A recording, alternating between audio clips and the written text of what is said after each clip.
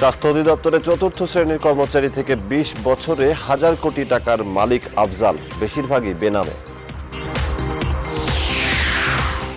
রাজনৈতিক সদিচ্ছা ছাড়া স্বাস্থ্য খাতের দুর্নীতি রোধ সম্ভব নয়, দুদককে আরও শক্তিশালী করার তাগিদ। স্বাভাবিক চিকিৎসা ফেরেনি সারা দেশের হাসপাতালে, পদে পদে ভোগান্তি, স্বীকার করতে চান না চিকিৎসকরা।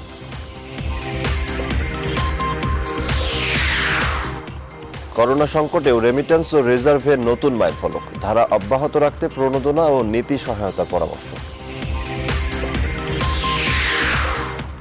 ৫ মাস পর খুলছে পর্যটন কেন্দ্রগুলো, মুক্ত বাতাসের সন্ধানে ভিড় করছেন দর্শনার্থীরা। এবং বার্সার সঙ্গে বেড়েই চলছে মেসির দূরত্ব, প্রাক মৌসুম অনুশীলনে যোগ দেননি Argentine superstar. Rainbow allrounder exterior paint, বাংলাদেশের আবহাওয়া উপযোগী একমাত্র পেইন্ট।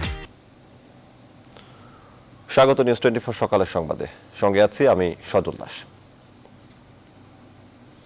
মুক্তিযুদ্ধের সেক্টর কমান্ডার অবসরপ্রাপ্ত মেজর জেনারেল সিআর দত্তের মরদেহ যুক্তরাষ্ট্র থেকে ঢাকায় পৌঁছেছে। সকাল 8:40 এমিরেটসের ফ্লাইটে মরদেহ শাহজালাল বিমানবন্দরে এসে পৌঁছায়। আত্মীয় স্বজন ও বিশিষ্টজনরা সিআর দত্তের মরদেহ গ্রহণ করেন। বিমানবন্দর থেকে তার মরদেহ সিএমএইচ এর মর্চুয়ারিতে নেওয়া হবে। মঙ্গলবার তার মরদেহ ডিওএইচএস এর বাসায় নেওয়া হবে। এরপর সকাল 7টায় ঢাকেশ্বরী মন্দিরে নেওয়া হবে শ্রদ্ধা জানানোর জন্য।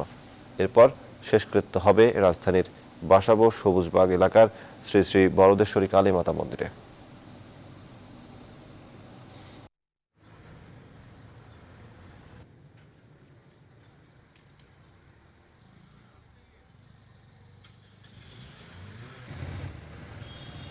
কালকে সকাল 7টায় ওনার মরদেহ সেনাবাহিনীর তত্ত্বাবধানে ওনার যে ওল্ড ডিওএইচএস এর যে বাড়ি, ওই বাড়িতে নেওয়া হবে। তারপরে এখান থেকে 8:30 বা 9টার মধ্যে আমরা ওনার মরদেহ আমরা ঢাকেশ্বরী মন্দিরে নিয়ে যাব। তো এখানে 8:30 থেকে শিডিউল টাইম 12টা বা 12:30 পর্যন্ত ওনার মরদেহ ঢাকেশ্বরী মন্দিরে থাকবে। ওইখানে আবার বিভিন্ন জেলা প্রশাসন বা বিভিন্ন কিছু আনুষ্ঠানিকতা আছে, এগুলো ওনারা শেষ করবেন। তারপরে 1টার দিকে আমরা মরদেহ, যেখানে ওনার শেষকৃত্য অনুষ্ঠিত হবে, সবুজবাগ শ্মশানঘাটে নিয়ে যাব।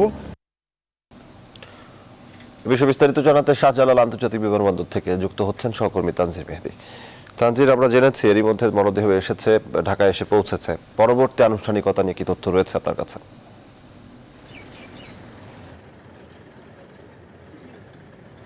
সজল, আপনি ঠিকই বলেছেন, মরদেহ কিন্তু এরই মধ্যে এসে পৌঁছেছে। এমিরেটসের একটি নিয়মিত ফ্লাইট যোগে মরদেহটি ঢাকা শাহজালাল আন্তর্জাতিক বিমানবন্দরে অবতরণ করার পর এখন কিন্তু আমরা তার নিকট আত্মীয়রা, অর্থাৎ মেজর জেনারেল অবসরপ্রাপ্ত সিআর দত্ত বীরুত্তমের যে নিকট আত্মীয়রা আছেন, তারা কিন্তু মরদেহটি বুঝে নিতে এরই মধ্যেই বিমানবন্দরের ভেতরে প্রবেশ করেছেন। আমরা 8 নম্বর গেটের সামনে দাঁড়িয়ে আছি। অল্প কিছুক্ষণের মধ্যেই 8 নম্বর গেট দিয়ে কিন্তু মরদেহবাহী অ্যাম্বুলেন্সটি বের হওয়ার কথা, এবং আমরা সেজন্যই অপেক্ষা করছি। আমরা যেটা জানতে পেরেছি, তার ভাগ্নে অরূপ কান্তি রয় তিনি কিন্তু মরদেহটি গ্রহণ করার জন্য ভেতরে গিয়েছেন, এবং একই সঙ্গে ফ্লাইটে কিন্তু তার মরদেহের যে ছোট মেয়ের জামাই এবং মেঝো মেয়ে কিন্তু ঢাকায় পৌঁছেছেন, এবং গতকাল রাত্রে তার যে অন্য সন্তান অর্থাৎ ছেলে এবং 2 মেয়ে কিন্তু ঢাকায় পৌঁছেছেন। তো সব মিলে আসলে এখানকার আনুষ্ঠানিকতা শেষ হতে আর খুব বেশি সময় লাগবে না। তবে আজকে মরদেহের নিয়ে কিন্তু তেমন কোনো আনুষ্ঠানিকতা নাই। এখান থেকে শুধুমাত্র নিকটাত্মীয়রা মরদেহটি বুঝে নেওয়ার পর সেটি সম্মিলিত সামরিক হাসপাতালে রাখা হবে, এবং সম্মিলিত সামরিক হাসপাতালের হিমঘরে আগামীকাল সকাল 7টা পর্যন্ত থাকবে। এরপরে তার মরদেহটি নিয়ে যাওয়া হবে বনানীর ওল্ড ডিওএইচএস এর তার যে বাড়ি রয়েছে সেই বাড়িতে, সেখানে শ্রদ্ধা নিবেদন করবেন সেনাবাহিনীর সাবেক কর্মকর্তারা, এবং সেই শ্রদ্ধা নিবেদন শেষে তার মরদেহটি নিয়ে যাওয়া হবে ঢাকেশ্বরী মন্দিরে। ঢাকেশ্বরী মন্দিরের কিছু আনুষ্ঠানিকতা রয়েছে, এবং সেখানে বিভিন্ন সামাজিক সাংস্কৃতিক সংগঠনের পক্ষ থেকে মরদেহের প্রতি শ্রদ্ধা নিবেদন করা হবে, এবং মরদেহের প্রতি শ্রদ্ধা নিবেদন শেষে সেখানে প্রায় বেলা 11টা পর্যন্ত মরদেহটি রাখার কথা হয়েছে।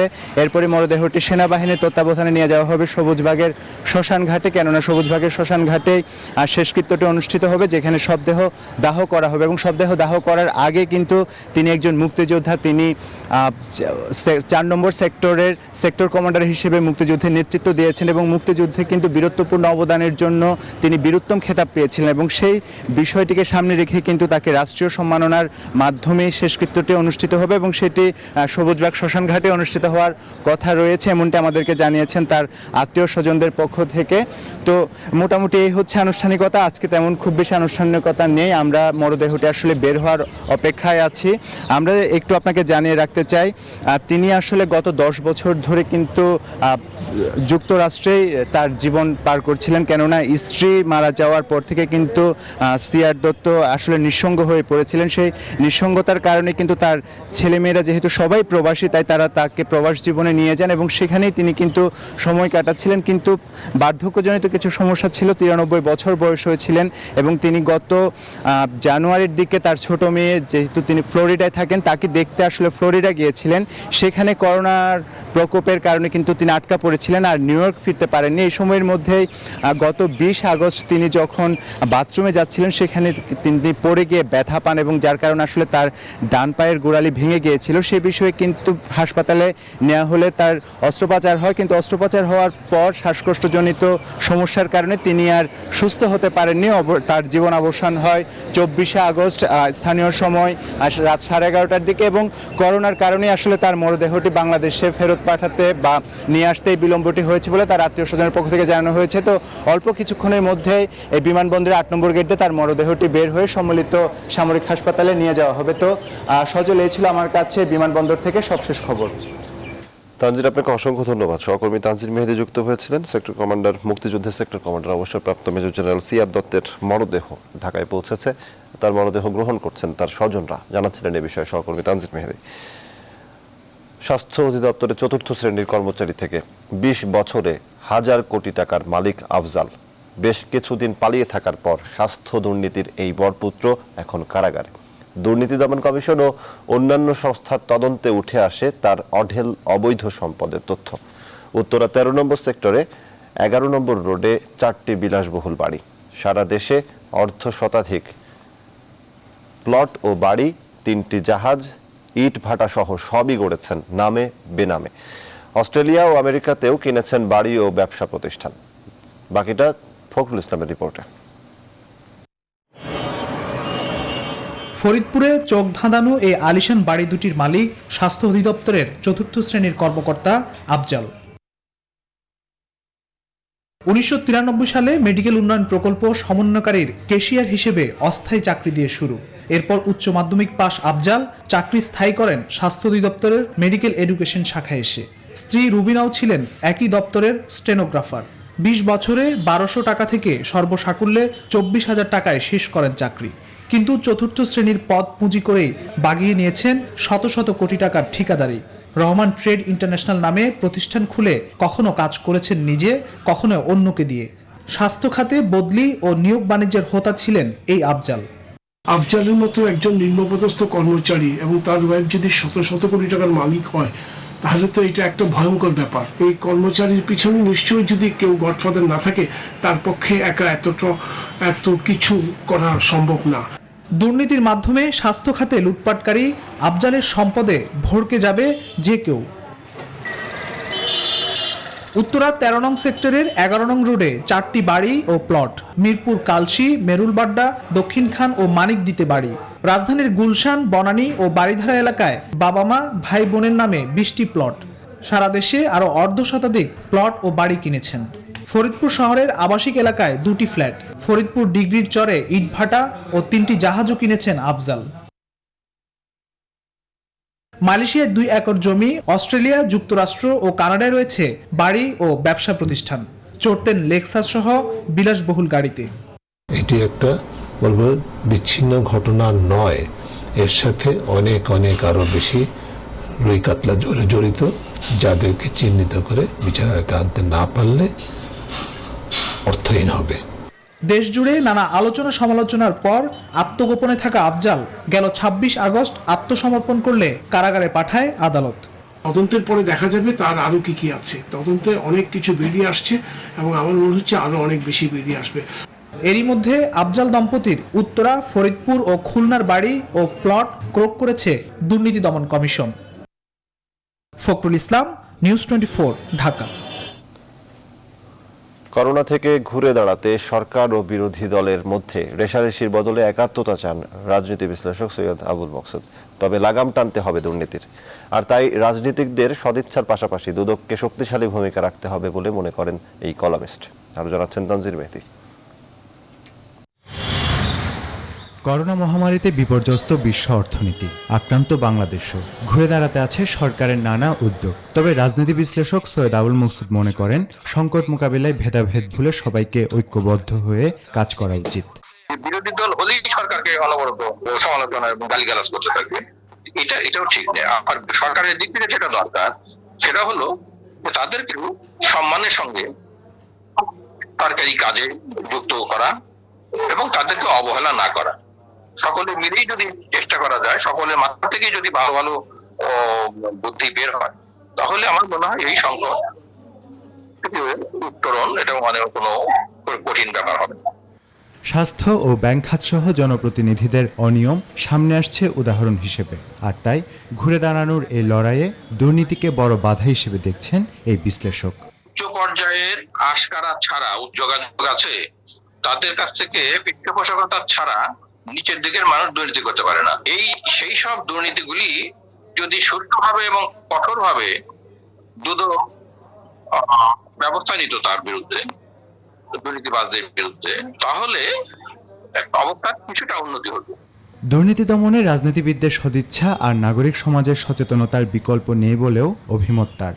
দুর্নীতি সঙ্গে জড়িত রাজনীতিবিদরাই, এবং সেই রাজনীতিবিদরাই দুর্নীতি থেকে দেশকে উদ্ধার করতে পারে। কিন্তু এখন যে অবস্থা হয়েছে যে শুধুমাত্র রাজনীতিবিদদের দ্বারা এই অবস্থা থেকে মুক্তি পাওয়া সম্ভব নয়। তাহলে করণীয় হলো যে নাগরিক সমাজের যদি খুব শক্ত অবস্থান থাকে, পাশাপাশি কার্যকর গণতন্ত্র আর জবাবদিহিতাও নিশ্চিত করতে হবে বলে মনে করেন সৈয়দ আবুল মকসুদ। গণতান্ত্রিক ব্যবস্থা থাকলে বিরোধী দলের যারা জনপ্রতিনিধি তারা অন্তত সরকারি দলের দুর্নীতিকে তারা আঙ্গুল দিয়ে দেখিয়ে দিতে পারেন। তানজির মেহেদী, নিউজ 24, ঢাকা। হাসপাতালগুলোয় সাধারণ রোগীদের স্বাভাবিক চিকিৎসা সেবা এখনও শুরু হয়নি। করোনার শুরুতে চিকিৎসা সেবা পেতে করোনা পরীক্ষার সার্টিফিকেট যোগ হওয়ার ভোগান্তি চরম আকার ধারণ করে, তা এখনও রয়ে গেছে। এজন্য গুরুতর অসুস্থ না হলে রোগীরা হাসপাতালমুখী হচ্ছেন না, যদিও চিকিৎসকদের দাবি পরিস্থিতি স্বাভাবিকের দিকে। চট্টগ্রামের নয়ন বড়ুয়া জয় ও যশোরের রিপন হোসেনকে সাথে নিয়ে বিস্তারিত জানাচ্ছেন হাসান পারভেজ। ফয়সাল মিয়া, বয়স 5, রোববার শেখ রাসেল গ্যাস্ট্রোলিভার ইনস্টিটিউট ও হাসপাতালের সামনে করোনা টেস্টের ফলের জন্য মাকে নিয়ে অপেক্ষা করছে। ক্যান্সার আক্রান্ত ফয়সাল 9 দিন আগে সিলেট থেকে ঢাকায় মহাখালী ক্যান্সার হাসপাতালে এসেছে। হাসপাতাল 4টি পরীক্ষা দিয়েছে। পরীক্ষা শেষ হলেও করোনার ফল না পাওয়ায় হাসপাতালে ভর্তি হতে পারছেন না। ঢাকায় থাকার জায়গা না থাকায় 9 দিন রাত কেটেছে হাসপাতালের বাইরে। 3টে প্রথম দিছে, 3টা নিচে কইরা তা ওখানে আবার একটা দিছে। স্যার আমার একটা সেট দেন না, বাসাটা লইয়া শুই। আচ্ছা আমি রিপোর্ট আস্তে আস্তে করবো, আমি তো একা মানুষ আর চিনি না খুঁজতা, আমি একা মানুষ। তো স্যার কয় না, সিট মিট নাই, তুমি আনো কইরা পরে তোমার আমি এই সিট দিমু। বঙ্গবন্ধু শেখ মুজিব মেডিকেল বিশ্ববিদ্যালয়ে দেখা যায় আগের মতো নন করোনা রোগীদের নেই আনাগোনা, অনেকটাই শুনশান। রাজধানীর অন্যান্য হাসপাতালের চিত্র অনেকটাই এমন, তবে আগের চেয়ে কিছুটা স্বাভাবিক দাবি করছে সংশ্লিষ্টরা। শহীদ সোহরাওয়ার্দী মেডিকেল কলেজ হাসপাতালে এখন কোভিডের পাশাপাশি নন কোভিড রোগীগুলো বহির্বিভাগে অনেক বেড়েছে এবং অন্তঃবিভাগেও অনেক বেড়েছে।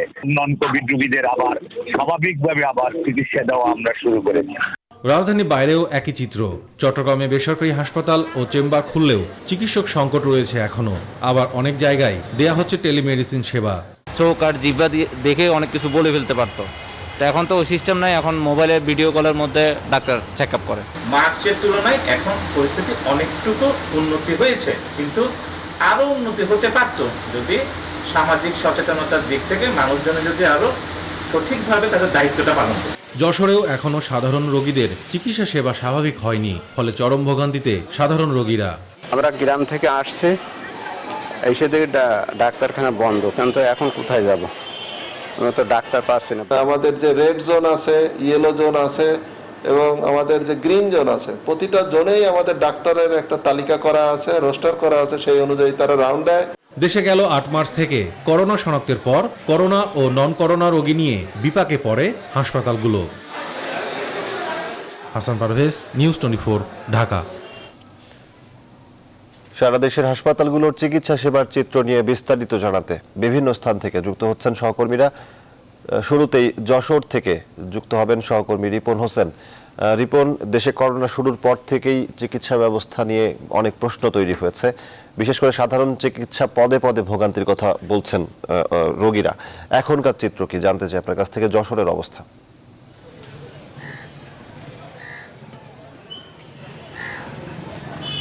ধন্যবাদ আপনাকে। আসলে মানুষের শেষ সম্বল হচ্ছে হাসপাতাল। সেই হাসপাতালে চিকিৎসা সেবা নিতে আসেন যে সাধারণ মানুষ, একদম শেষ পর্যায়ে যারা অসুস্থ হয় তারা। কিন্তু আমরা দেখেছি যে হাসপাতালগুলো বিভিন্ন অনিয়ম এবং অব্যবস্থাপনার কারণে তারা সেই চিকিৎসাটা পায় না। বিশেষ করে যশোর সদর হাসপাতালে আমি রয়েছি। এই সদর হাসপাতালে আমরা কয়েকদিন পর্যবেক্ষণ করছি, এখানে যে ডাক্তার আসলে বেশিরভাগ ডাক্তারই নাই, সেখানে যারা অন্য যে মেডিকেল অফিসাররা রয়েছে তারা রয়েছে এবং যে কনসালটেন্ট সেইগুলো কিন্তু নাই। অবশ্য রোগীরা এমন অভিযোগ করছেন যে বিভিন্ন দূর থেকে তারা রোগী দেখছেন এবং রোগীর যে শোনা কিংবা যে কাছে যাওয়া সেই যাওয়াটাও কিন্তু যাচ্ছে না। এবং যে অন্য জায়গাগুলো রয়েছে, বিশেষ করে হাসপাতালের ভেতরেও কিন্তু নার্সদেরও একটি অভিযোগ রয়েছে যে তারা ঠিকমতো তাদের সেবাটা দিচ্ছে না এবং ডাক্তাররাও তাদের সেবাটা দিচ্ছে না। যারা নতুন যারা মেডিকেল অফিসার হচ্ছে অর্থাৎ ডাক্তার, তারা আসছেন এবং খুব বেশি যে সেবা তারা দিচ্ছেন না। পাশাপাশি যদি আপনাকে বলি বেসরকারি হাসপাতালেও আমরা কিন্তু সেবার মানটি আমরা পাইনি। এখনও আমরা দেখছি যে বিভিন্ন যে হাসপাতালগুলো রয়েছে সেই হাসপাতালে যে ভর্তি, এখনও পর্যন্ত অনেক হাসপাতালে ভর্তি নিচ্ছে না যে সাধারণ রোগী রয়েছে। ফলে সরকারি এবং বেসরকারি হাসপাতাল মিলে মানুষের যে চরম ভোগান্তি, সেই চরম ভোগান্তিতে পড়তে হচ্ছে। আমরা তবে হাসপাতাল কর্তৃপক্ষের সাথে কথা বলেছি, কর্তৃপক্ষও কিন্তু একটি কথা বলছেন যে তারা রোটার অনুযায়ী সেবা দিচ্ছেন। এবং আরেকটা কথা বলে রাখা দরকার যে এখানে যে কোভিড-19 যে রোগীরা রয়েছে এবং সাধারণ যে রোগী প্রায় একসাথেই সেবা, অর্থাৎ যে করোনার আক্রান্ত হওয়ার সংখ্যাও কিন্তু এখনো পর্যন্ত রয়েছে। ফলে যে সাধারণ মানুষের যে আতঙ্ক, সেই আতঙ্ক রয়েছে। সে কারণে আমরা দেখেছি যে অনেকে হাসপাতালে আসতে আগ্রহী নয়, বাড়ি বসে অনেকে চিকিৎসা নিচ্ছেন। ফলে মানুষের ভোগান্তি কিন্তু আরও বাড়ছে। অর্থাৎ হাসপাতালে যদি দেরিতে আসে সেই রোগীগুলো আসলে আরও খারাপের দিকে যায়, অর্থাৎ তার পজিশন খারাপ গেলে কিন্তু তাদের চিকিৎসা দিতেও কষ্ট হয়। সে কারণে যে হাসপাতালের ভোগান্তি, সেই ভোগান্তি পড়ছে এবং তারা নিয়মিতই অভিযোগ করেন যে ডাক্তাররা তাদের ঠিকমতো দেখছে না। এবং অনেকে আমরা দেখেছি যে তারা অভিযোগ করছেন টাকার বিনিময়ে সেবা, অর্থাৎ এই হাসপাতালে যে সরকারি হাসপাতাল রয়েছে সেই সরকারি হাসপাতালে আসলে সাধারণত গরিব মানুষরা তারা সেবা নিয়ে থাকেন, সেখানে কিন্তু যে টাকা দিয়ে তাদের সেবা নিতে হয় এমন অভিযোগ করছেন অনেকেই। তারা বলছেন যে এভাবে যদি টাকা দিয়ে সেবা দিতে হয় তাহলে বেসরকারি হাসপাতালের দিকে তারা ঝুঁকবেন। তবে সেই বেসরকারি হাসপাতালে এই সরকারি হাসপাতালে ডাক্তারই কিন্তু বেসরকারি হাসপাতালে যে সেবা দিচ্ছেন, তবে আগের যে সেবা সেই তুলনায় কিন্তু মানুষ সেবা পাচ্ছেন না, অর্থাৎ তাদের যে সেবা বঞ্চিত হচ্ছেন। তবে সব মিলিয়ে সেবার যে বেহাল অবস্থা রয়েছে। তো এই ছিল যশোর থেকে আমার কাছে হাসপাতালে স্বাস্থ্যসেবার খবর। আমাদের আরেক সহকর্মী রয়েছে রংপুরে, রেজাউল করিম মানিক, সেখানকার খবর জানতে রেজাউল করিম মানিকের কাছে যাচ্ছি।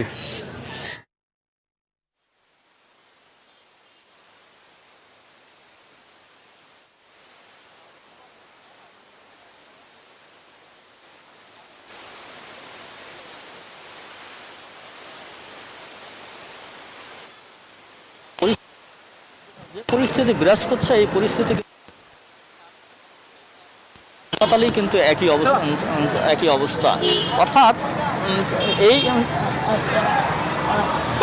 আরেকটি বিষয় আমি বলে রাখি যে রংপুর মেডিকেল হচ্ছে রংপুর অঞ্চলের মানুষের অর্থাৎ চিকিৎসার একমাত্র আশ্রয়স্থল, কিন্তু হাসপাতাল কর্তৃপক্ষের অব্যবস্থাপনা এবং স্টাফদের দুর্ব্যবহার, চিকিৎসকদের অনীহার কারণে করোনার এই সংকটে কিন্তু চিকিৎসা পাচ্ছে না সাধারণ রোগীরা। গত রাতেই রংপুরে মিঠাপুকুরে অক্সিজেনের অভাবে একজন রোগী মারা যাওয়ার কারণে স্বজনদের বিক্ষোভ হয়েছে এবং ভাঙচুরের ঘটনাও ঘটেছে। শুধু এই ঘটনাটাই সীমাবদ্ধ নয়, রংপুর অঞ্চলের প্রতিটি সরকারি হাসপাতালের থেকে মুখ ফিরিয়ে নিয়েছে সাধারণ রোগীরা। এই কারণ হিসেবে বিশেষজ্ঞরা বলছেন যে স্টাফদের দুর্ব্যবহার, আপনার দালালদের দৌরাত্ম্য এবং চিকিৎসকদের চিকিৎসার অনীহাই কিন্তু এটা দায়ী। একজন বিশেষজ্ঞ অর্থাৎ একজন সুশীল সমাজের প্রতিনিধির সাথে কথা বলতে চাই। খন্দকার মাহমুদুল্লাহ বিপ্লব, আপনার কাছে জানতে চাই যে আপনি দীর্ঘদিন এই স্বাস্থ্যসেবার সাথে জড়িত, তো হাসপাতালগুলোতে আসলে আমরা দেখতে পাচ্ছি যে সাধারণ রোগীরা কখনোই ভালো সেবা পাচ্ছে না, এটি আপনি কীভাবে মনে করেন? হাসপাতালগুলোতে সাধারণ রোগীরা ভালো সেবা পাচ্ছে না, এটার অনেকগুলো কারণ আছে। যেমন এই করোনা পরবর্তীতে আপনি যেমন বললেন যে একজন শ্বাসকষ্টের রোগী সে অক্সিজেন পায়নি, হ্যাঁ, এখন দেখা যাচ্ছে যে করোনা আতঙ্কটা এদের মধ্যে কাজ করছে। এদের মধ্যে কাজ করার জন্য সাধারণ মানুষ যাদের প্রথম থেকে শ্বাসকষ্ট ছিল, সেই শ্বাসকষ্ট নিয়ে হাসপাতালে আসলে কেউ আগে আসছে না।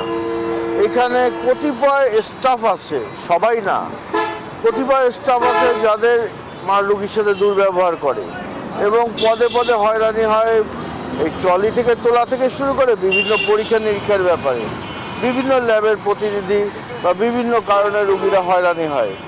আর এই করোনা পরবর্তীতে সামান্য জ্বর শ্বাসকষ্টে যদি হাসপাতালে আসছে, তারা চিকিৎসা পাচ্ছে না। অপারেশন হওয়ার পরে যাদের করোনা পজিটিভ না নেগেটিভ, তাদের অপারেশন হচ্ছে, তার পরবর্তীতে জ্বর আসলো, সেই ওষুধটা দিতে গেলেও রুগীদেরকে অনীহা প্রকাশ করছে। এই জন্য রুগীরা বেশি কষ্টে পড়ছে, বিশেষ করে বয়স্করা। দেখতে পাচ্ছি যে ডাক্তারদের বিরুদ্ধে কিন্তু ইদানিং বিস্তর অভিযোগ আমরা দেখতে পাচ্ছি, এটা আপনি কীভাবে মনে করেন?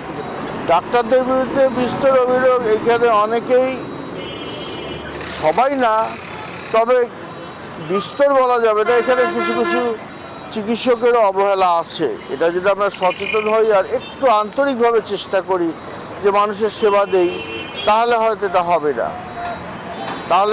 না। কারণ এইখানে সবাই যে এই করে সেটা না, কিছু কিছু ক্ষেত্রে ডাক্তাররা হয়তো বা গাফিলতি করতে পারে। রংপুর মেডিকেলে যে আপনার দালালদের দূরত্ব, আপনার সুশীল সমাজের প্রতিনিধিরা কি এইটাকে প্রশাসনের সাথে কথা বলে নিরসন করা যায় কিনা? এই দালালদের দূরত্বটা যদি বন্ধ করা যেত, মেডিকেল থেকে মেডিকেলের রোগী যদি বাইরে না যেত এবং সবাই যদি সুষ্ঠুভাবে চিকিৎসা দিত, তাহলে এটা বন্ধ করা যেত। এটা আমাদেরকে সচেতন হতে লাগবে। আমরা যদি সচেতন হই, প্রত্যেকটা রোগী যদি সচেতন হয়, তাহলে এটা বন্ধ করা সম্ভব। ধন্যবাদ আপনাকে। আসলে আমরা কথা বলছিলাম সুশীল সমাজের প্রতিনিধির সাথে, তিনি বলছেন যে রংপুর মেডিকেলে যেমন দালালদের দূরত্ব রয়েছে, শুধু রংপুর মেডিকেলে নয়, জেলা শহরের হাসপাতালগুলোতেও দালালদের দূরত্ব, ক্লিনিক মুখী করা এবং স্টাফদের দুর্ব্যবহার থেকে শুরু করে ডাক্তারদের অসচেতনতায় কিন্তু এই রুগীদের কিন্তু দূরে সরিয়ে দেওয়ার একটি প্রবণতা আমরা লক্ষ্য করতে পেরেছি। এটি বলছেন সুশীল সমাজের প্রতিনিধিরা। এটি দূর করা না গেলে সাধারণ রোগীরা কিন্তু সরকারি হাসপাতালমুখী হবে না, এমনটাই মনে করছেন রংপুর অঞ্চলের সুশীল সমাজের লোকজন। তো এই ছিল আমার কাছে রংপুর থেকে সর্বশেষ। ফিরে হচ্ছে আমার সহকর্মী সিরাজগঞ্জের আব্দুল সামাদ সায়েমের কাছে, তিনি জানাবেন সিরাজগঞ্জের স্বাস্থ্য সেবার খবর। সায়েম।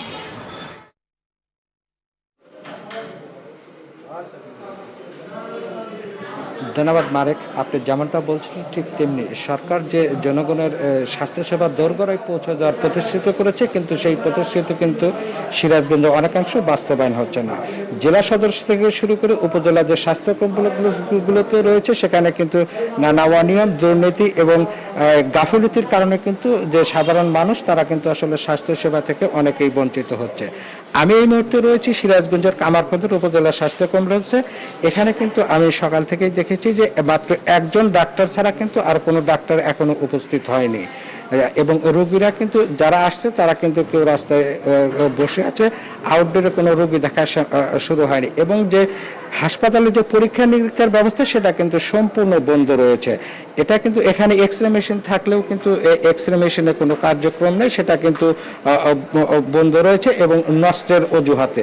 এছাড়াও অপারেশন থিয়েটার রয়েছে, জনবল সংকটের কারণে সেটা বন্ধ রয়েছে।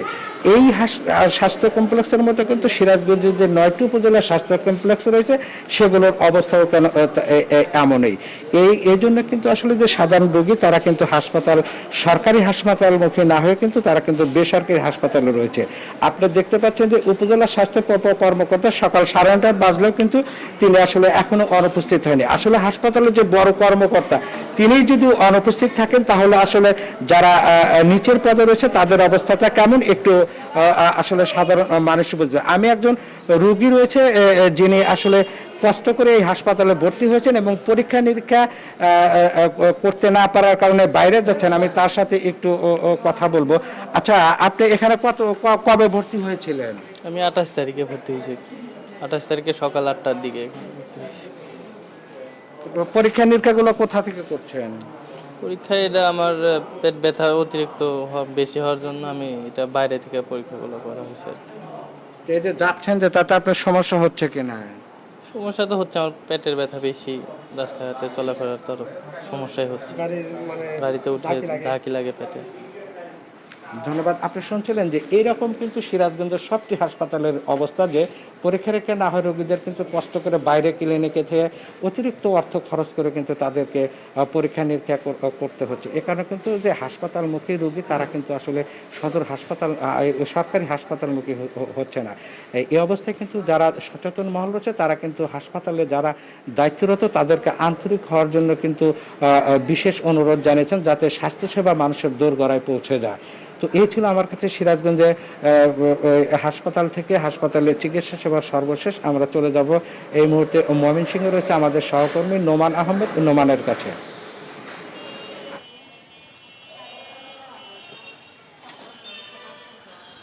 ধন্যবাদ সায়েম। আমি এই মুহূর্তে অবস্থান করছি ময়মনসিংহ মেডিকেল কলেজ হাসপাতাল, যে হাসপাতালটি আসলে বৃহত্তর ময়মনসিংহ, অর্থাৎ ময়মনসিংহ, শেরপুর, কিশোরগঞ্জ, টাঙ্গাইল, নেত্রকোনা সহ যে ময়মনসিংহ বৃহত্তর ময়মনসিংহের যে 6টি জেলা আছে সেই 6টি জেলার চিকিৎসার একমাত্র আশ্রয়স্থল। শুধু ময়মনসিংহ জেলা, ময়মনসিংহ বৃহত্তর ময়মনসিংহ নয়, সুনামগঞ্জের রোগী, রংপুরের রৌমারী রোগীরাও কিন্তু এখান থেকে এসে চিকিৎসার সুবিধা নিচ্ছে এবং এটি 2 কোটি মানুষের কিন্তু প্রধান আশ্রয়স্থল বলে আমরা জানি। তবে যে বিষয়টি আসলে করোনা প্রাদুর্ভাবের আগে ছিল, যে প্রায় বহির্বিভাগে আমরা দেখেছি যে 4,500 থেকে 5,000 রোগী সবসময় অবস্থান করতো, সেখানে কিন্তু বর্তমানে এই ময়মনসিংহ মেডিকেল কলেজ হাসপাতালের বহির্বিভাগে 1 থেকে 1,500 রোগী আছে বলে আমাদের কিন্তু হাসপাতাল কর্তৃপক্ষ জানিয়েছে। সে ঠিক তেমনই আসলে হাসপাতালের আন্তঃবিভাগে আমরা জানতাম যে করোনা প্রাদুর্ভাবের আগে প্রায় 2,500 থেকে 3,000 রোগী ভর্তি থাকতো। এখন কিন্তু সেখানে 1,500 থেকে 2,000 রোগীর মধ্যে কিন্তু আসলে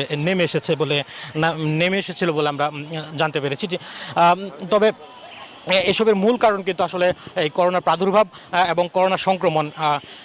তবে গত 1 মাস যাবৎ কিছুটা রোগী বাড়লেও আসলে আমরা যতটুকু রোগী আসলে সরকারি হাসপাতালে বেড়েছে তার থেকে বেশি কিন্তু বেড়েছে আমরা দেখেছি ময়মনসিংহ মেডিকেল কলেজ হাসপাতালকে ঘিরে আশেপাশে যে ক্লিনিক ডায়াগনস্টিক সেন্টার আছে সেখানে কিন্তু আসলে রোগীর সংখ্যা বেড়েছে। এজন্য আসলে রোগীরা এবং সচেতন মহল যারা আছে তারা কিন্তু আসলে দাবি করছে যে দালালের দৌরাত্মই বেড়েছে। আসলে করোনার সুযোগে, এক সংকটের একটা সুযোগে আসলে দালালদের সিন্ডিকেট শক্তিশালী হয়েছে এবং তারা আসলে এই সরকারি হাসপাতাল থেকে ভাগিয়ে আসলে তারা এই বিভিন্ন প্রাইভেট এবং ডায়াগনস্টিক সেন্টারগুলোতে আসলে নিয়ে যাচ্ছে, যার জন্য আসলে রোগী সহ সবাই একটা বিভিন্ন সময় আমরা দেখতে পেয়েছি যে আসলে তারা নানা সমস্যার মধ্যে পড়েছে।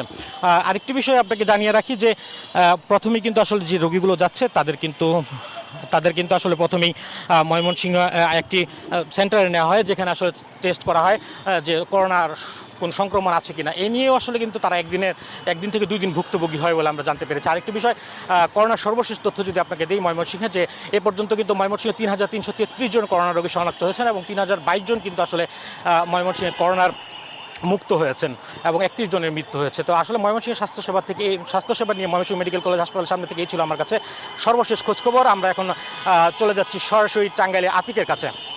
আতিক।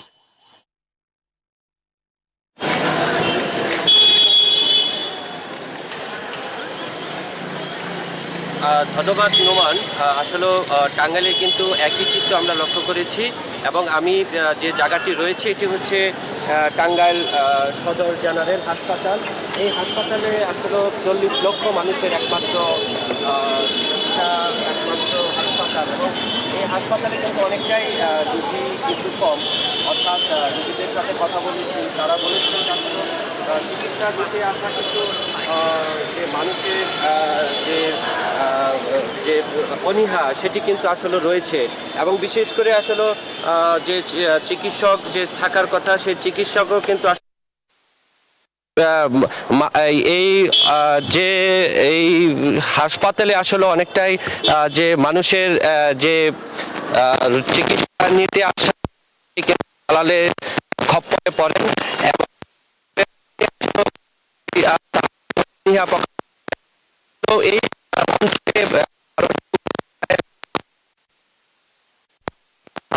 জেনেছি যে এই হাসপাতালে অনেকগুলো যারা ডাক্তার রয়েছেন এবং নার্স রয়েছেন, তারা কিন্তু অনেকেই সময় মতন না আসার কিন্তু একটা অভিযোগ রয়েছে, এবং বিশেষ করে এই উপজেলাগুলো যে হাসপাতাল রয়েছে সেই হাসপাতালের যারা চিকিৎসা নিতে যান তারা অনেকটাই কিন্তু দালালের যে দালালের চক্র সেটি কিন্তু আমরা লক্ষ্য করেছি, এবং সেখানে জরুরি বিভাগে চিকিৎসা নেওয়ার জন্য যাওয়া হলে সেখান থেকে কিন্তু আসলে রেফার করে টাঙ্গাইল সদর হাসপাতালে, এবং টাঙ্গাইল সদর হাসপাতাল থেকেও রেফার করে ঢাকা বিভিন্ন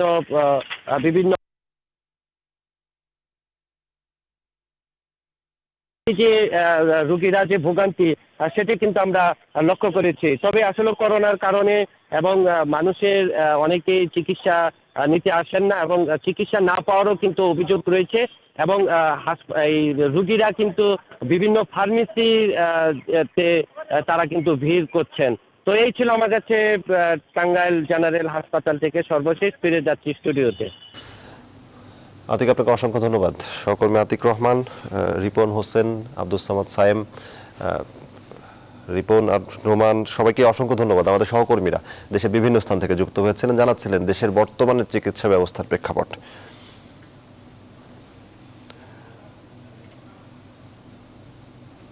করোনা সংকট সত্ত্বেও রেমিটেন্স ও বৈদেশিক মুদ্রার রিজার্ভে নতুন মাইলফলক অতিক্রম করেছে বাংলাদেশ। গত সপ্তাহের শেষ দিন পর্যন্ত রিজার্ভের পরিমাণ ছিল 38.90 বিলিয়ন ডলার, যা অতীতের যে কোনো সময়ের চেয়ে বেশি। আর একক মাস হিসেবে চলতি অর্থ বছরে প্রবাসী আয়েও গড়েছে রেকর্ড। বাংলাদেশ ব্যাংকের মুখপাত্র বলছেন, প্রবাসী আয়ের নগদ 2% প্রণোদনায় পাওয়ার বৈধ পথে বাড়ছে রেমিটেন্স আদায়।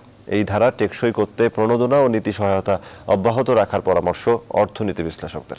বিস্তারিত বাবু কামরুজ্জামানের রিপোর্টে। মহামারীর এই সময়ে বিশ্ব অর্থনীতি যখন বড় বিপর্যয়ে, তখন বাংলাদেশের অর্থনীতিতে ভিন্ন মাত্রা যোগ করেছে প্রবাসীদের পাঠানো অর্থ। ঈদ বা বড় কোনো উৎসব ছাড়াও নিয়মিত প্রবৃদ্ধি হচ্ছে প্রবাসী আয়ে। বাংলাদেশ ব্যাংকের হিসাব বলছে, অর্থ বছরের প্রথম মাসে রেমিটেন্স এসেছে 2.6 বিলিয়ন ডলার। টাকার হিসাবে যা 21,000 কোটি টাকারও বেশি। দেশের ইতিহাসে একক মাস হিসেবে কখনো এত টাকা আসেনি রেমিটেন্স হিসাবে। বাংলাদেশ ব্যাংকের মুখপাত্র জানান, প্রবাসীরা হুন্ডি বা বেআইনি পন্থা ছেড়ে বৈধ পথে টাকা পাঠানোর দিকে ঝুঁকছেন, ফলে রেমিটেন্সও বাড়ছে হু হু করে। কারণ করছে যে গভর্নমেন্ট যে 2% যে প্রণোদনা দিয়েছে, এই 2% প্রণোদনা কিন্তু বিশাল একটা ইম্প্যাক্ট পড়েছে। রেমিটেন্স আনার ক্ষেত্রে ব্যাংকগুলোও কিন্তু খুব তৎপর হয়ে গেছে। নতুন নতুন দেশে আবার যদি আমরা লোক পাঠাতে পারি, কর্মী পাঠাতে পারি, তাহলে আমাদের আশ্বস্ত হয়তো হবো যে আমরা এই ধারা ক্রমেই হয়তো বৃদ্ধি পেতে থাকবে। রেমিটেন্সের এই প্রবৃদ্ধির প্রভাব পড়েছে বৈদেশিক মুদ্রার রিজার্ভের উপরও, ফলে অন্য উচ্চতায় পৌঁছেছে রিজার্ভের পরিমাণ। 2016-17 অর্থ বছরে 33 বিলিয়ন ডলারের রিজার্ভ, এরপর 2 বছর টানা কমলেও 2019-20 অর্থ বছর থেকেই তা বাড়তে থাকে। সবশেষ নতুন অর্থ বছরের গেল 27 আগস্ট পর্যন্ত বৈদেশিক মুদ্রার রিজার্ভ দাঁড়িয়েছে প্রায় 39 বিলিয়ন ডলার, দেশের ইতিহাসে যা সর্বোচ্চ পরিমাণ। বিশ্লেষকরা বলছেন, 2% প্রণোদনা অব্যাহত থাকলে বৈধ পথে রেমিটেন্স আগামীতে আরও বাড়তে পারে।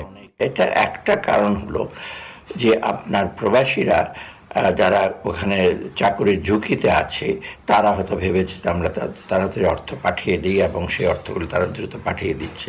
আপনার ফরেন এক্সচেঞ্জ রেটটা একটু বেড়েছে, আবার সরকার একটা বোনাস দিচ্ছে এটার উপরে।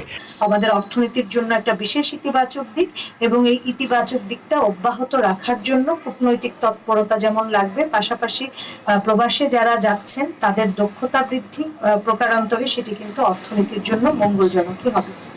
এরই মধ্যে অর্থমন্ত্রী জানিয়েছেন চলতি অর্থবছরে প্রবাসী আয় বাড়াতে 3 থেকে 5 বিলিয়ন ডলার বাড়তি অর্জনের লক্ষ্য নিয়ে কাজ করছে সরকার। বাবু কামরুজ্জামান, নিউজ 24, ঢাকা।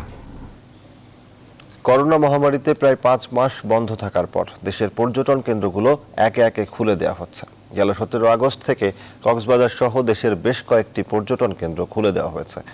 প্রায় বন্দি জীবন ভেঙে এরই মধ্যে কক্সবাজার, কুয়াকাটা, বান্দরবান, খাগড়াছড়ি, চলনবিল, রাতারগুল, জাফলং সহ বিভিন্ন পর্যটন কেন্দ্র পর্যটকদের পদচারণায় মুখর হয়ে উঠেছে। তবে সর্বত্রই স্বাস্থ্যবিধি মানতে অনীহা ছিল স্পষ্ট। ব্যুরো প্রতিবেদক ও জেলা প্রতিনিধিদের তথ্য ও ছবিতে ডেস্ক রিপোর্ট। করোনা সংক্রমণের শঙ্কায় মার্চের শেষ দিকে বন্ধ করে দেওয়া হয় দেশের সব পর্যটন কেন্দ্র। তবে বিপুল জনগোষ্ঠীর আয় এবং শিল্প সংশ্লিষ্টদের দাবি পর্যালোচনায় গেল 1 জুলাই খুলে দেওয়া হয় কুয়াকাটা। ওই দিন থেকেই কুয়াকাটায় ভিড়তে শুরু করেন বিপুল পর্যটক। ঘরবন্দি জীবন ছেড়ে সাগরের সান্নিধ্যে আসেন ভয় উপেক্ষা করে। এরপরই নানা মহলে আলোচনা শুরু হয় কক্সবাজার সৈকত খুলে দেওয়া নিয়েও। এসবের পর চলতি মাসের 17 তারিখ খুলে যায় দেশের সবচেয়ে বড় পর্যটন কেন্দ্রটি। খোলা হয় হোটেল মোটেল। মাঝে বৈরী আবহাওয়ায় কয়েকদিন এই সৈকতে কম থাকে পর্যটকের ভিড়, তবে এখন ফিরছে তার পুরনো চেহারাতেই। একইভাবে চট্টগ্রামের পতেঙ্গা সমুদ্র সৈকত খুলে দেওয়া হলে সেখানে উপচে পড়েন ভ্রমণপ্রিয়রা। দীর্ঘ সময় পর ঘরের বাইরে স্বজনদের নিয়ে ঘুরতে পেরে খুশি মানুষ। সিলেটে প্রশাসনের নিষেধাজ্ঞা তুলে নেওয়ার আগেই ঘুরতে বের হন ভ্রমণ পিপাসুরা। সংরক্ষিত বনাঞ্চল রাতারগুলে চলতি মাসের মাঝামাঝি থেকে ভিড় শুরু হয় পর্যটকদের। শুধু বড় পর্যটন কেন্দ্রই নয়, ভিড় বাড়ছে প্রত্যন্ত অঞ্চলের প্রাকৃতিক সৌন্দর্যের স্পটগুলোতেও। নাটোরের বড়াই গ্রামে বিলে ঘুরে বেড়াচ্ছেন নানা শ্রেণী পেশার মানুষ। করোনা এখানে শুধু গণমাধ্যমের বিষয়। যারা বিদেশে যায় প্রাকৃতিক সৌন্দর্য উপলব্ধি করার জন্য, তাদের প্রথমে নিজের এলাকাগুলো ঘুরে দেখা উচিত। ভিড় আছে সিরাজগঞ্জেও। গেল কোরবানির ঈদ থেকেই সিরাজগঞ্জের যমুনার তীরে শহর রক্ষা বাঁধে ভিড় বাড়ছে। এখনও ছুটি পেলেই মানুষ ছুটছেন সেই জায়গায়। বন্যায় উত্তরাঞ্চলে চরম ক্ষতির পরও এই ভিড় কমেনি। সবাই আছে আর সুন্দর বাতাস, পানি সামনে, একটা ন্যাচারাল পরিবেশ, এটা অবশ্যই ভালো লাগার একটা বিষয়।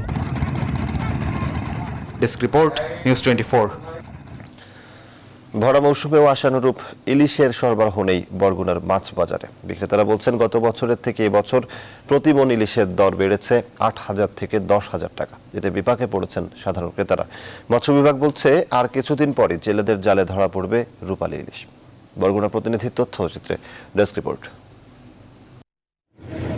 আষাঢ়, শ্রাবণ, ভাদ্র, আশ্বিন এই 4 মাস ইলিশের ভরা মৌসুম হিসেবে পরিচিত। তবে ভাদ্র মাসেও ইলিশের তেমন সরবরাহ নেই বরগুনার মাছ বাজারে। বিক্রেতারা জানান জেলেদের জালে ধরা পড়ছে না কাঙ্ক্ষিত রূপালী ইলিশ। এছাড়া বৈরী আবহাওয়া ও সাগর উত্তাল থাকায় গভীর সমুদ্রে ইলিশ আহরণের জন্য জেলেরা যেতেও পারছে না। এ কারণেই ইলিশের দাম বেড়েছে বলেও জানান তারা। ইলিশের চাহিদা বছর অনেক বেশি, কিন্তু বেশি হলেও জেলেদের মাছ কম। নদীতে মাছ কম, জেলেরা মাছ পাইতেছে না। নদীতেই মাছ কম, নদীতে মাছ পাওয়া যায় না। জানলে খেলে 4-5টা এরকম পায় জাটকা ইলিশ। এই বন্যা আবহাওয়া খারাপ, টলার সাগর যাইতে পারে না, যাইয়া ফিরে আসে। এই কারণে মাছে কম হয়, দাম বৃদ্ধি হয়। ভরা মৌসুমে বাজারে ইলিশের দাম বেশি হওয়ায় হতাশ ক্রেতারা। হ্যাঁ, এবছর গতবার থেকে অনেক বেশি, ক্রেতাদের নাগালের বাইরে। গত বছর এসে এবছর মাছের দাম বেশি। 65 দিনের নিষেধাজ্ঞা শেষ হলেও সাগর উত্তাল থাকায় মৎস্য শিকার ব্যাহত হচ্ছে। এ কারণেই জেলেদের জালে কাঙ্ক্ষিত ইলিশ ধরা পড়ছে না বলে মনে করেন ব্যবসায়ী নেতারা। সাগর খুবই মাছের খুব সংকট দেখা যায়, জালেরা মাছ ধরতে যায় না এবং মাছ নাই। এই বন্যা সবসময় বন্যা চলতেছে, এবছর খুব বন্যার সংখ্যা খুব বেশি। এই পরিপ্রেক্ষিতে মাছ নাই বললেই চলে। তবে মৎস্য বিভাগ বলছে অল্প কিছুদিনের মধ্যেই মাছের সরবরাহ বাড়বে, আর তাতেই কমে আসবে মাছের দরও। জ্বর এবং প্রকৃতিগত কারণে মেইনলি এবার ইলিশ সাগরে কম পাওয়া যাচ্ছে, আশা করি অতি তাড়াতাড়ি ইলিশ পাওয়া যাবে। ইলিশের সরবরাহ কম থাকায় গত বছরের থেকে এবছর প্রতি মণ ইলিশের দর বেড়েছে 8 থেকে 10,000 টাকা। Desk report, news 24। এবারে বিনোদনের খবর। অবশেষে মুক্তিযুদ্ধ ভিত্তিক মঞ্চনাটক লাল জমিন এর মঞ্চায়নের মাধ্যমে শুরু হলো করোনাকালীন থিয়েটার যাত্রা। মান্নান হীরার রচনায় এবং সুদীপ চক্রবর্তীর নির্দেশনায় এই নাটকে একক অভিনয় করেছেন মোমেনা চৌধুরী। নাটকটির মঞ্চায়নকে ঘিরে অন্তত কিছু সময়ের জন্য এক হতে পেরেছিলেন নাট্যকর্মীরা। তাদের মত, সবকিছুই যখন স্বাভাবিক নিয়মে চলছে তখন মঞ্চ বন্ধ থাকাটা অযৌক্তিক। শুকুর নামের প্রতিবেদন। দীর্ঘ অপেক্ষার পালা শেষে জ্বলে উঠল মঞ্চবাতি। গেল শুক্রবার রাজধানীর মহিলা সমিতির নীলিমা ইব্রাহিম মিলনায়তনে আয়োজন করা হয় মঞ্চনাটকের। মুক্তিযুদ্ধ ভিত্তিক নাটক লাল জমিন মঞ্চায়নের মধ্য দিয়ে শুরু হয় করোনাকালীন থিয়েটার যাত্রা। নাটকটির মঞ্চায়নকে ঘিরে দীর্ঘদিন পর এক হতে পেরেছিল নাট্যকর্মীরা, তাই উচ্ছ্বাসটাও ছিল তুলনামূলক বেশি। নাটকটির একক অভিনেত্রী মোমেনা চৌধুরী জানান, এই প্যান্ডামিক সিচুয়েশনে থিয়েটার হতে পারে প্রশান্তির আশ্রয়স্থল। অনেকে এসে এখানে দেখা করে যাচ্ছেন, শুভেচ্ছা জানাচ্ছেন। এই যে এত মানুষের ভালোবাসা, মমতা, এটা আমাকে ভীষণভাবে উজ্জীবিত করছে। পথ প্রদর্শক কিনা জানি না, সাহস করে শুরু করেছি এবং আমার বিশ্বাস এই সাহসে আরও অনেকেই সাহসী হয়ে উঠবেন। মিলনায়তনে প্রবেশের আগে মানা হয়েছিল কঠোর স্বাস্থ্যবিধি। আসন বিন্যাসে ছিল দূরত্ব, বাধ্য করা হয়েছিল মাস্ক পরিধানে।